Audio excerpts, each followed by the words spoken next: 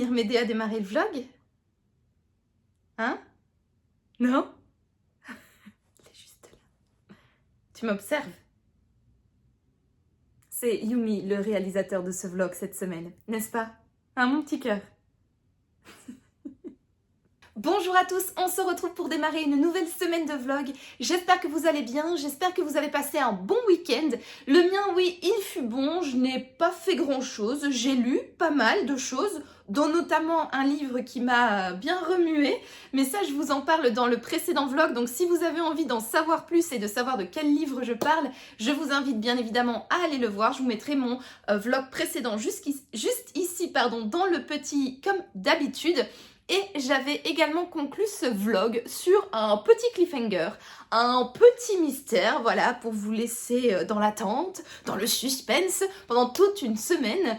Donc je vous avais dit que j'avais commencé un livre en lecture commune avec ma copine de Book Club Sophie du compte Instagram The Curiosity of S, mais je ne vous avais pas dévoilé ni l'auteur, ni le titre de ce livre. Je vous avais juste dit que c'était un livre qu'on avait acheté ensemble et qu'on avait en commun dans nos palmes, mais voilà, c'était le seul petit indice que je vous avais donné. Alors, est-ce que vous avez eu le titre, l'auteur peut-être? Si vous êtes attentif à mes vlogs et mes autres vidéos, peut-être que vous avez trouvé quel est l'heureux élu, quel est le livre que nous avons sorti en commun de nos palmes pour faire cette petite lecture commune. Allez, je laisse pas le suspense traîner plus longtemps. Nous avons choisi de sortir un Michel Bussy, voilà, un Michel Bussy, donc Rien ne t'efface, que l'on avait acheté à Iris Noir au mois d'octobre. Alors, donc dans ce livre, on va suivre Madi, qui est médecin et qui habite au Pays Basque, qui donc a un fils, Esteban, et ce fils va disparaître le jour de son 10e anniversaire. On ne sait pas s'il a été enlevé, on ne sait pas s'il s'est noyé, on ne sait pas, mais on sait juste qu'il a disparu. Et 10 ans plus tard, on apprend que Madi a déménagé parce que elle ne supportait pas la perte de son enfant.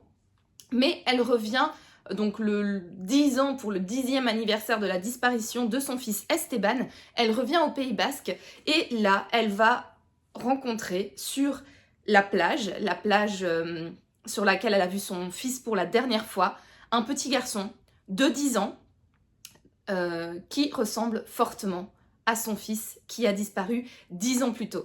Et Madi, elle ne sait pas trop quoi penser parce que aujourd'hui, son fils aurait 10 ans de plus, donc Esteban aurait 20 ans, mais l'enfant qui lui ressemble comme 2 gouttes d'eau, il a 10 ans, donc l'âge de son fils quand il a disparu. Et donc voilà, ça va la perturber à tel point qu'elle va tout faire pour essayer de mieux connaître cet enfant et elle va déménager là où cet enfant habite.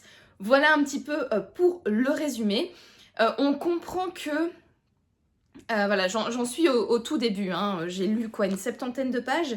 Voilà, j'ai lu 74 pages, pardon, je suis au chapitre 7.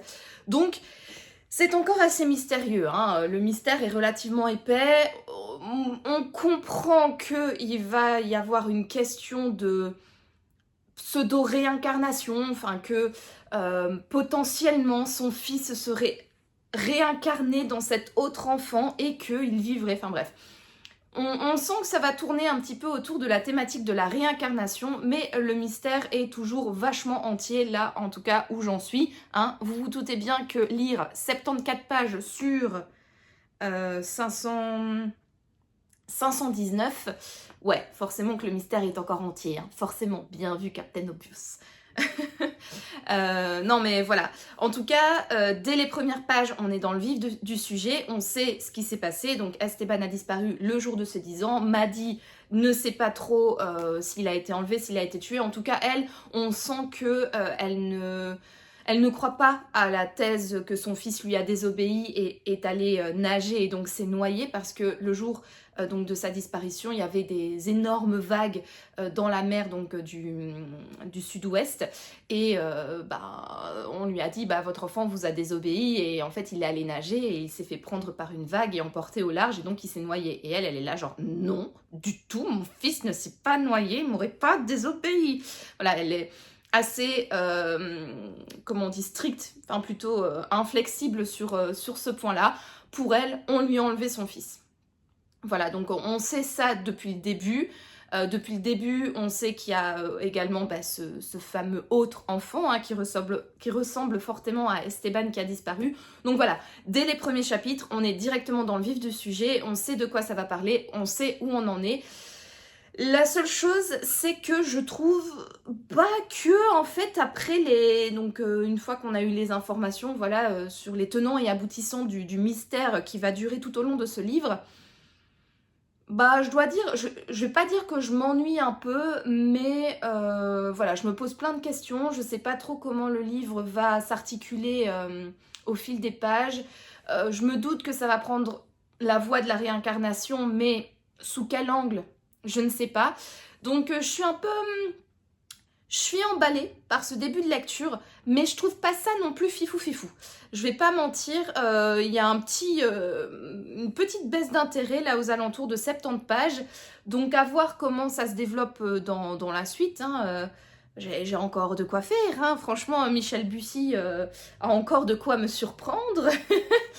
Mais voilà, donc pour l'instant...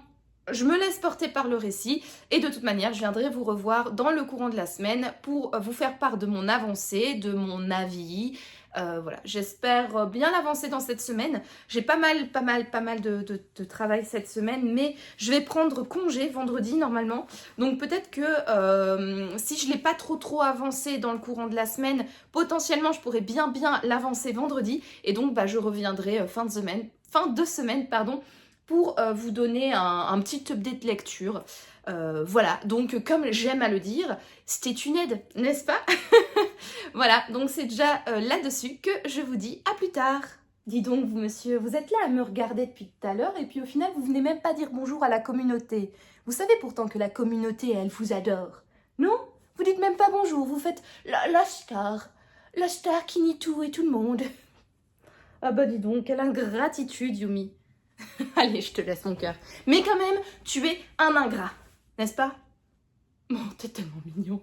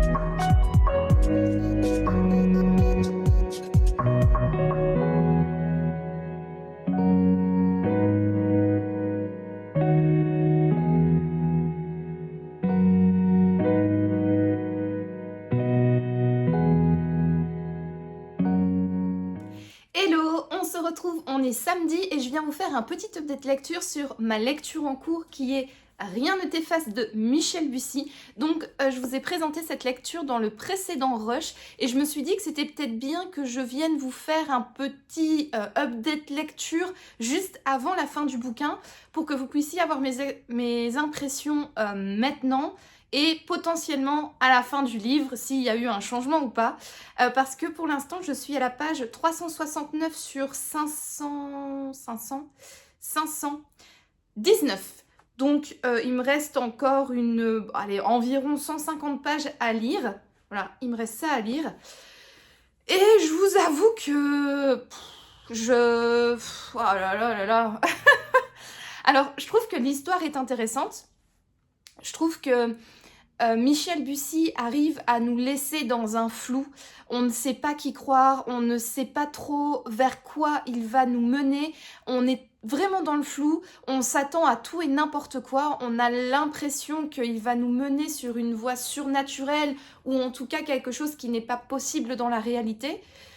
Et en fait, on ne sait pas du coup, est-ce que ça va prendre cette tournure un peu, alors pas surnaturelle, mais cette tournure un petit peu hors du réel, ou est-ce qu'il va avoir des explications rationnelles à toute cette histoire? Mais le problème, en fait, c'est que je trouve le récit lent. C'est lent, c'est long. Et franchement, cette semaine, j'ai eu beaucoup de travail. Quand je rentrais à la maison, alors, je vais pas dire que j'avais pas beaucoup d'énergie pour la lecture parce que c'est pas vrai. J'avais envie de lire, mais clairement me plonger dans un livre aussi lent, aussi long et aussi détaillé, il y a énormément de descriptions, beaucoup de descriptions qui pour moi je trouve qu'elles ne servent pas à grand chose. Et du coup, je vous avoue que je lisais 1 ou 2 chapitres et je m'ennuyais quoi. Et franchement, j'avais envie de déconnecter, j'avais envie de me sentir détendue et de penser à autre chose. Et j'arrivais pas à me focaliser sur cette lecture. Et pour vous dire, j'ai trouvé que c'était beaucoup plus intéressant d'aller ranger mon bureau et mon débarras plutôt que de continuer cette lecture. Et donc, pendant que je rangeais, je me mettais une petite vidéo YouTube et ça me permettait de mieux déconnecter en fait avec ma journée. Et ouais, et je trouve que quand on a déjà une bonne partie de son énergie qui est donnée au travail et que quand on rentre à la maison, qu'on a... Enfin voilà, j'avais juste envie de me plonger dans un livre hyper addictif qui arrive à me transporter, à me passionner. Et là, malheureusement, ce livre-là n'a pas fait le taf, en tout cas. Et j'avoue que même si je prends plaisir à retourner dans ma lecture parce que j'ai vraiment envie de connaître les tenants et aboutissants de cette histoire, de savoir quels vont être potentiellement les retournements de situation, bah le soir, ouais, je lisais 1 ou 2 chapitres et puis je passais vite à autre chose, quoi, parce que c'est pas haletant, c'est pas... Ouais, franchement, j'ai lu... C'est le 3e livre de Michel Bussy que je lis. J'ai lu Les Naphéens noirs et Au soleil redouté. Et je me souviens que ces livres-là, je les avais trouvés géniaux, je les avais trouvés hyper addictifs. Je pouvais pas les lâcher, j'avais envie de connaître l'histoire et je me souviens que je les avais lus quand même relativement vite. Bon, Les Naphéens noirs, je les avais lus pendant le confinement, donc clairement, j'avais rien d'autre à faire que de lire. Mais je me rappelle d'avoir été dans mon lit le soir, de devoir éteindre la lumière pour dormir et pourtant de ne pas réussir à lâcher mon livre. Or, celui-là, j'avoue que si j'ai quelque chose de mieux à faire, je le clappe facilement et je passe... Enfin, je vis ma vie, quoi. Donc je trouve que par rapport aux autres Bussy que j'ai lus, ce livre-là est un petit peu en décalage. Je le trouve un peu moins haletant, je le trouve, voilà, je prends un petit peu moins de plaisir à le lire. Alors, est-ce que c'est parce que j'ai sorti ce livre lors d'une semaine qui était particulièrement chargée au niveau du travail? En plus, cette semaine, j'étais seule à la maison, mon conjoint n'était pas là, donc du coup, j'ai dû faire toutes les tâches ménagères moi-même. Alors, est-ce que c'est parce que j'avais beaucoup à faire, beaucoup à penser voilà, que ce livre ne m'a pas plu, je ne sais pas. Mais en tout cas, voilà, c'est pas un livre quand par exemple j'étais en train de faire la vaisselle, je n'entendais pas mon livre dire derrière moi: viens me lire, j'ai un dénouement bientôt qui va arriver et je te dis, je vais te faire passer un bon moment. Non, pas du tout, au contraire, je vivais ma vie et je reprenais le livre. Oh bah tiens, j'ai le nez qui coule. Attendez, je vais me moucher. Voilà, je sais pas si ça s'est vu à l'écran, mais bon, bref, j'ai un petit rhume, hein, il fait pas, voilà, il fait pas très chaud ici au Luxembourg, et malgré mon petit pilou, j'ai quand même le nez qui coule chez moi. J'en profite, je fais une petite pause thé avec Olaf qui a besoin d'un gros câlin. Et en ce samedi où je suis seule à la maison, je n'ai pas envie de sortir. Donc en pilou et lecture, c'est sûr que de faire un gros câlin comme ça à ma tasse, ça fait plaisir. Et non, je ne suis pas folle. Ce que je bois, sinon, pour petite pause thé, c'est un thé de chez Fortnum & Mason qui est cette maison de thé, biscuits, chocolat, etc. Anglaise qu'on peut trouver à Londres. Et c'est le Victoria Grey, c'est mon thé préféré de chez eux. À chaque fois que je vais à Londres, je m'en prends un refill parce que je le trouve délicieux. C'est un thé noir avec un petit peu de bergamote comme ça. C'est l'équivalent d'un Earl Grey, mais un peu différent, quoi. Je vous mettrai, si ça vous intéresse, la liste des ingrédients ici. Ainsi, on a fait une petite parenthèse, mais chut, une petite parenthèse thé bien complète. Je bois et puis on continue mon avis sur le Bussy. Voilà. Donc, je sais plus trop où je m'étais arrêtée, mais bref, je pense que vous avez saisi un petit peu mon sentiment. C'est pas le livre qui me tient forcément en haleine, c'est pas le livre hyper palpitant qui me donne qu'une envie, c'est d'aller retourner le lire, de me poser et de le lire pendant des heures et des heures tellement que je suis prise dans l'histoire.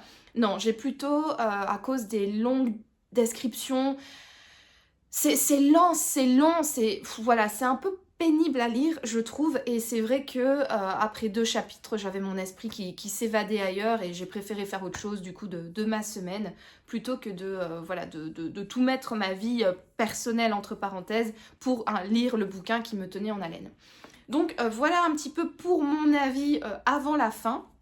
Alors, je lis ce livre en lecture commune avec Sophie, ma copine de book club, et elle l'a déjà terminé, et elle m'a dit que elle a plus ou moins le même sentiment que moi, mais les rebondissements, elle avait quand même trouvé ça intéressant, même si c'était pas le meilleur Bussy qu'elle a lu, elle m'a clairement dit que c'était le moins bien de tous les Bussy qu'elle avait lus, mais que voilà, il y avait eu quelques petits retournements de situation à la fin qu'elle n'avait pas vu venir, qu'elle a trouvé somme toute intéressant, même si voilà, comme je l'ai dit, c'est pas le meilleur livre de cet auteur qu'elle a lu. Donc j'ai hâte de voir, et je vous avoue que même si Sophie ne m'avait pas un petit peu teasé hier soir, je vous avoue que j'ai aussi envie de savoir.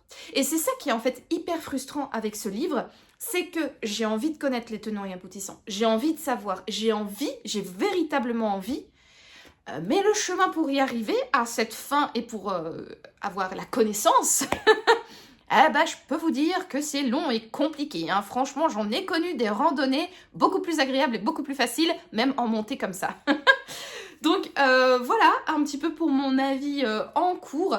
Je reviendrai vers vous soit demain, soit lundi, pardon, pour vous donner mon avis final cette fois-ci, parce que là, les 150 pages, les 150 pages, je pense que je vais les lire dans la journée, ou au pire du pire, terminer le livre demain. Mais j'espère le terminer aujourd'hui parce que j'ai fortement envie de passer à autre chose, à un autre livre. Voilà, donc c'est tout pour moi pour le moment et je vous dis donc à plus tard.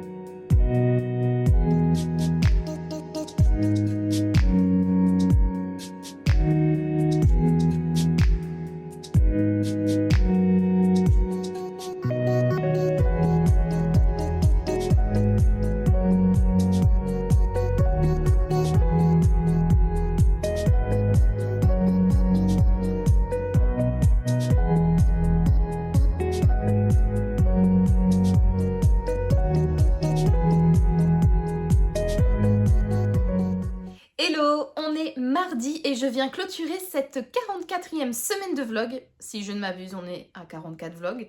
Le temps passe, mais je ne tiens toujours pas correctement le compte. Donc, écoutez, on va faire comme si c'était la 44e semaine de vlog. Alors, j'ai un petit update lecture à vous faire parce que ce week-end, j'ai terminé Rien ne t'efface de Michel Bussy. Je vous avais fait un avis intermédiaire samedi et je vous avais dit que voilà, j'allais revenir vers vous pour donner mon avis final. Ouais, bon, c'est pas Jojo, hein, clairement. En fait, pour être honnête, c'est le moins bon des 3 Bussy que j'ai lus. Donc j'ai lu Les Nymphéas Noirs que j'avais adoré, qui est l'un de mes coups de cœur sur diverses années lecture. J'avais lu également Au Soleil Redouté qui avait été une excellente lecture. Et celui-là, je trouve que par rapport aux autres, il est quand même vachement en dessous. En fait, je l'ai trouvé assez long. Vraiment, je me suis pas mal ennuyée en fait à la lecture de ce livre. Je trouvais qu'il y avait énormément de descriptions, pardon, de digressions. Il y avait vraiment beaucoup de passages tirés en longueur et tirés en longueur. Et au final, je pense clairement que si le livre avait fait 200 pages de moins, bah, ça aurait été beaucoup plus intéressant parce que du coup, ça aurait été plus condensé, beaucoup plus haletant. Et moi, personnellement, en tout cas, ça m'aurait plu. Après, je sais que y a beaucoup de personnes, en tout cas sur Instagram, qui m'ont écrit un petit message, qui ont été étonnées de mon avis, comme je l'ai dit dans ma story, pas ouf ouf quoi. Et beaucoup de personnes ont été étonnées parce que pour beaucoup de personnes, ça avait été non pas un coup de cœur, mais quand même une excellente lecture qui les avait tenues en haleine. Elles avaient lu le livre d'une traite, principalement en 2 jours. Donc voilà, je sais que pour pas mal de personnes, ça avait été une bonne lecture. Malheureusement, pour moi, ça ne l'a pas fait. Alors, ma copine donc de Book Club, Sophie, on l'avait lu en lecture commune. Elle est plus ou moins de mon avis également. Pour elle aussi, c'était pas une lecture voilà, ouf. Euh, Sinon, au niveau du final, je dois bien avouer que j'étais quand même contente d'arriver au bout. Il y a plusieurs rebondissements à la fin. Personnellement, j'en avais deviné un. Euh, Parce que voilà, des indices un peu disséminés par-ci par-là dans le récit m'avaient mis un petit peu la puce à l'oreille. Donc un retournement de situation qui ne m'a pas étonnée, l'autre en revanche m'a totalement... Enfin, je l'avais pas vu venir, je l'avais pas du tout vu venir, pardon. En revanche, j'ai trouvé ce final un petit peu poussé, un petit peu tiré par les cheveux. Je n'ai pas réellement été convaincue en fait par ce final. J'ai trouvé qu'il y avait quand même pas mal d'invraisemblances. On flirte quand même avec, pour moi, des choses qui ne sont pas vraiment plausibles, faisables dans la réalité. Voilà, donc je suis contente d'être arrivée au bout de ce livre. C'est clairement pas un livre que je me serais vue abandonner. Clairement pas, parce que mine de rien, c'est quand même bien écrit. Le suspense était quand même présent, on a quand même envie de savoir quoi. Mais le chemin pour arriver au final était assez laborieux.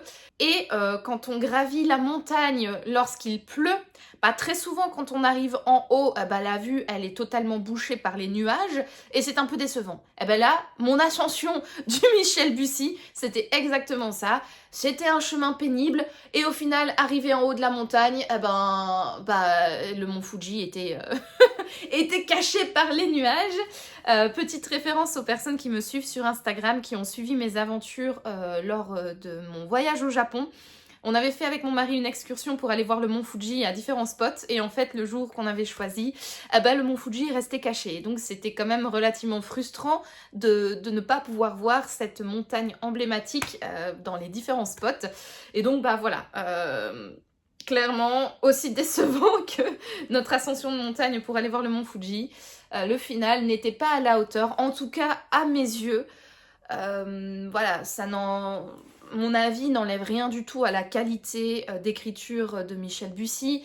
C'est quelqu'un qui arrive quand même à manier le suspense et à jouer avec ses lecteurs. Donc voilà, si vous aimez bien les romans avec du suspense, avec beaucoup de questionnements et avec un final quand même,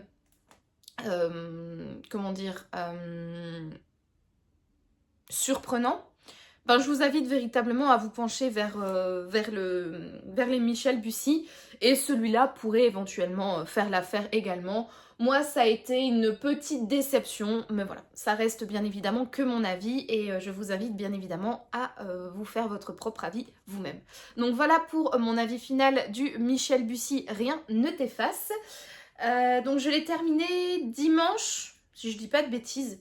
Oui, dimanche. Je sais plus vers quelle heure, enfin bref. Mais j'ai quand même eu le temps dimanche soir de sortir un nouveau livre de ma palle avant de commencer une autre lecture commune. Et j'ai décidé de sortir, le lien est tout fait avec ma récente référence au mont Fuji, parce que j'ai sorti de ma palle un livre japonais que je vous avais présenté il y a peu dans l'un de mes book hauls. Et j'ai donc décidé de sortir La librairie Morizaki de Satoshi Yagisawa. Voilà, de chez les éditions Hauteville et je trouve vraiment que la couverture est magnifique. On va pas se mentir, j'ai craqué sur la couverture, c'est pour ça que j'ai acheté ce livre et aussi parce qu'il y avait un petit chat. Le petit chat qui ne se trouve pas du tout dans l'histoire. Je vous le dis déjà, on casse le mythe directement d'emblée, bim. Mais ce petit chat, ah bah, c'est une publicité mensongère. Parce qu'il n'y est pas du tout. Pas du tout. Et pourtant, on le retrouve derrière, hein, mais il n'y est pas. Bref, bon. À part qu'il n'y a pas de chat dans cette histoire, c'était quand même un super roman. Donc pour vous expliquer le résumé, donc on va suivre Takako qui a le cœur brisé, la pauvre, parce qu'en fait le mec qu'elle fréquente depuis quelques mois lui apprend qu'il va se marier et donc en fait elle se rend compte qu'elle était la maîtresse de ce monsieur, sauf que elle travaille dans la même boîte que ce monsieur et ça devient véritablement compliqué de gérer au quotidien, de le croiser tous les jours, d'autant plus que la fiancée de ce monsieur travaille également dans la même boîte. Et donc pour Takako, c'est trop. C'est trop et elle décide de quitter son job et elle va faire une petite déprime. Elle va rester dans son coin, elle va rester chez elle. Et puis un beau jour, en fait, elle va recevoir le coup de fil de son oncle, donc son oncle qui s'appelle Satoru, qui tient la librairie Morizaki, qui va lui dire bah écoute, moi je recherche quelqu'un qui m'aide pour la librairie, j'ai un petit studio à l'étage de la librairie, je peux te le donner, enfin tu peux venir y habiter en échange de quelques petites tâches que je te demanderai de faire dans la librairie. Et donc au début, oh, elle sait pas trop, mais c'est vrai que ayant quitté son job et devant continuer à vivre, hein, payer son loyer, etc., ça devient relativement compliqué et donc elle décide de rendre son appartement et de partir donc pour le quartier tokyoïte le quartier des bouquinistes Shinbosho à Tokyo.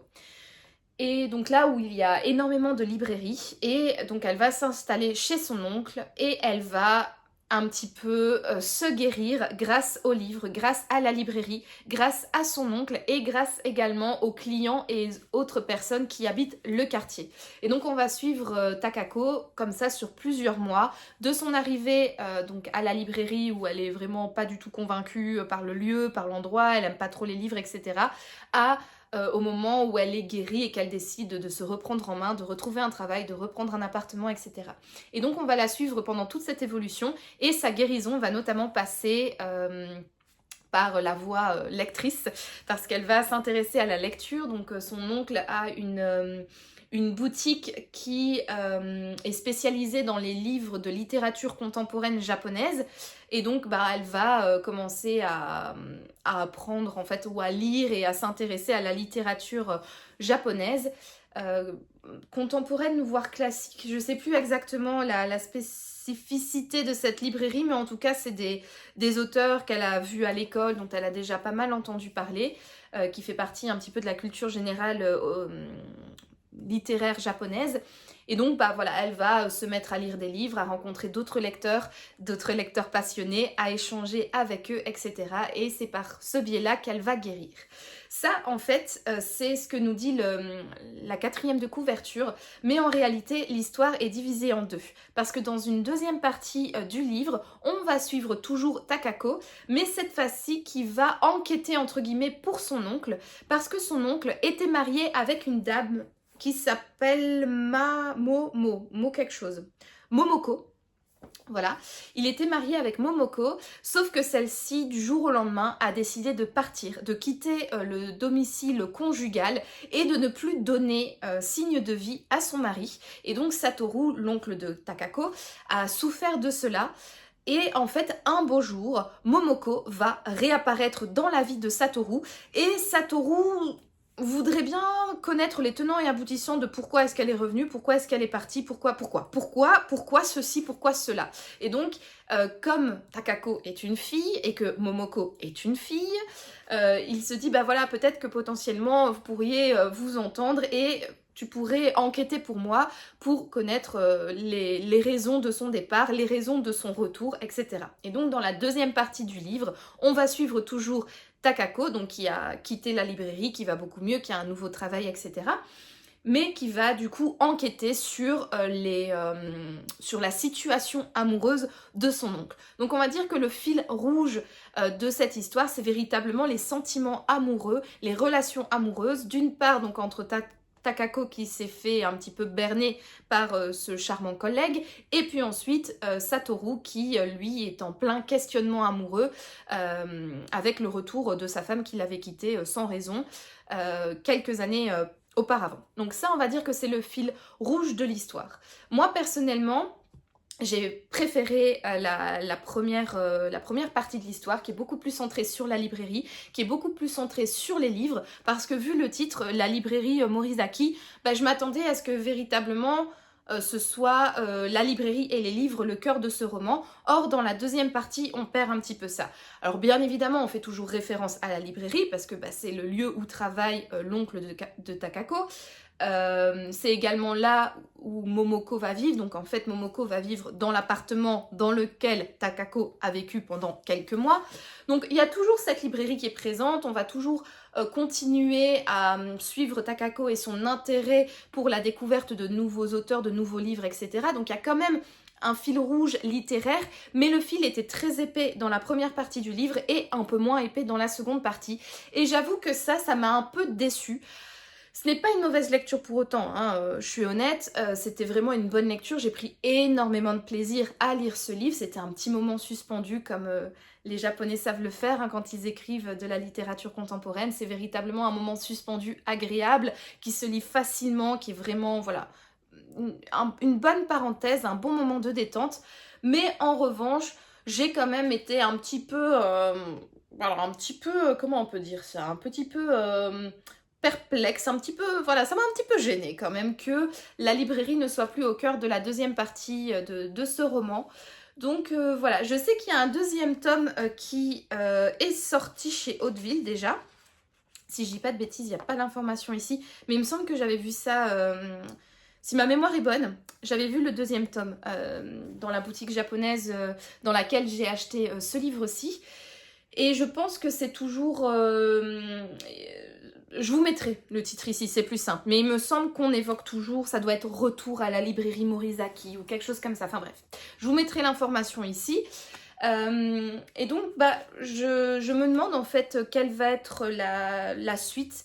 Quelles histoires vont être abordées dans ce tome 2? Est-ce qu'on va suivre Takako? Est-ce qu'on va suivre d'autres personnages toujours avec cette thématique de l'amour, différents, voilà, parce qu'on aborde, enfin, on évoque ici des amis de Takako, oui, qui se tournent un peu autour. On apprend qu'il y a un garçon qui est amoureux d'une fille, mais cette fille-là, bien évidemment, elle le sait pas, et Takako lui donne coach, en fait, un petit peu le garçon pour qu'il deviennent amis avec la fille, qu'ils tissent des liens pour potentiellement avoir une petite histoire amoureuse.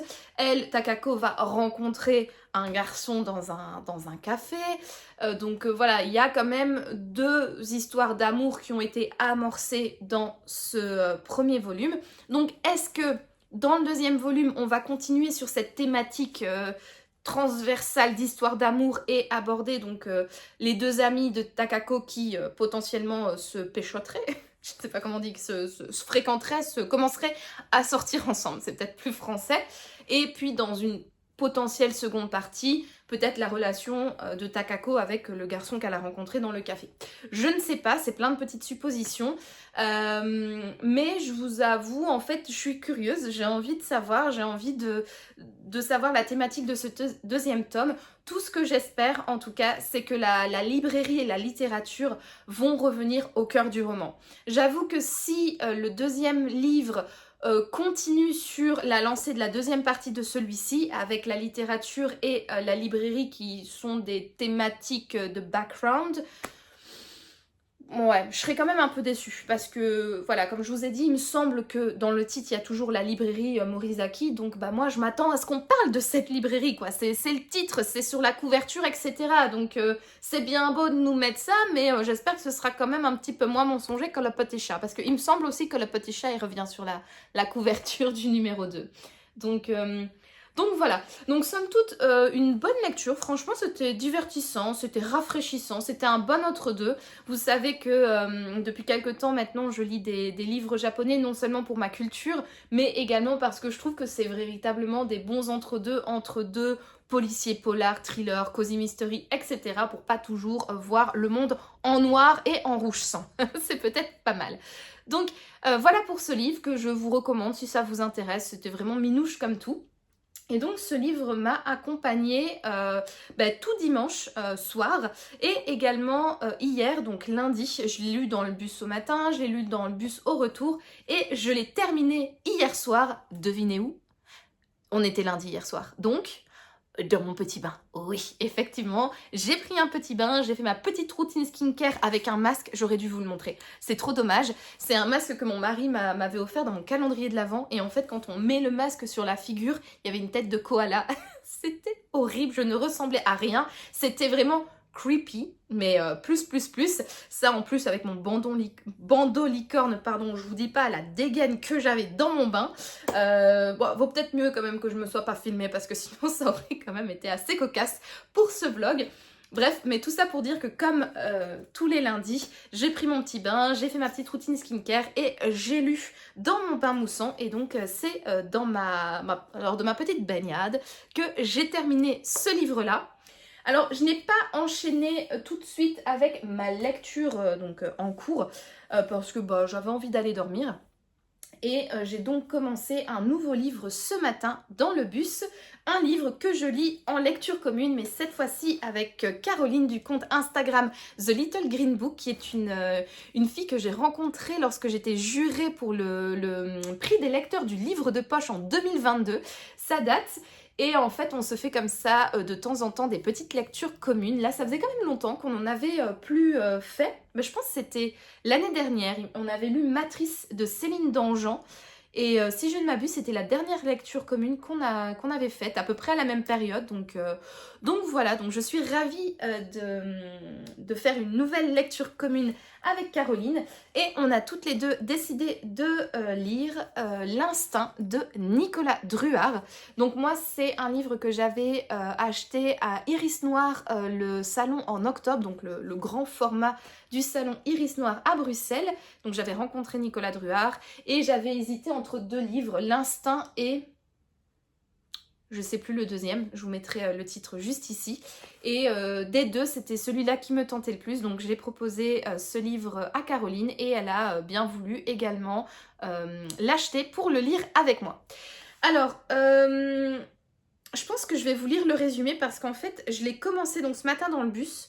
J'ai lu 22 pages, mais je vous avoue, je pourrais pas trop dire pour l'instant de quoi ça parle parce qu'il y a en fait, il y a plusieurs histoires. Enfin, il y a eu 3 chapitres ou 4 chapitres et à chaque fois, c'est une histoire différente. Donc, je pourrais pas vraiment vous faire le résumé pour l'instant. Et je suis en train de me dire, pourquoi est-ce que je ne vous ferai pas encore un petit cliffhanger? Dans le sens où je vous ai présenté ma lecture, j'ai été sympa cette fois-ci, mais est-ce que je me garderai pas le résumé ou la lecture de la 4e de couverture pour le prochain vlog? Ouais, écoutez, je suis d'humeur taquine, donc faisons ça. Donc voici mon livre, mais si vous voulez savoir de quoi il parle, si vous avez envie de savoir de quoi ça parle, au rendez-vous dans le prochain vlog la semaine prochaine. Et voilà, c'est sur cette petite taquinerie que je clôture ce 44e vlog. Je vous remercie d'avoir regardé cette vidéo. Si elle vous a plu, n'hésitez pas à me laisser un petit pouce bleu ainsi qu'un commentaire pour me signaler que vous êtes passé par là et à vous abonner à ma chaîne pour me soutenir. En attendant, moi comme toujours, je vous souhaite de passer une agréable journée, une agréable soirée ou une agréable nuit, peu importe. Et je vous dis à bientôt pour de nouvelles aventures livresques. Ciao!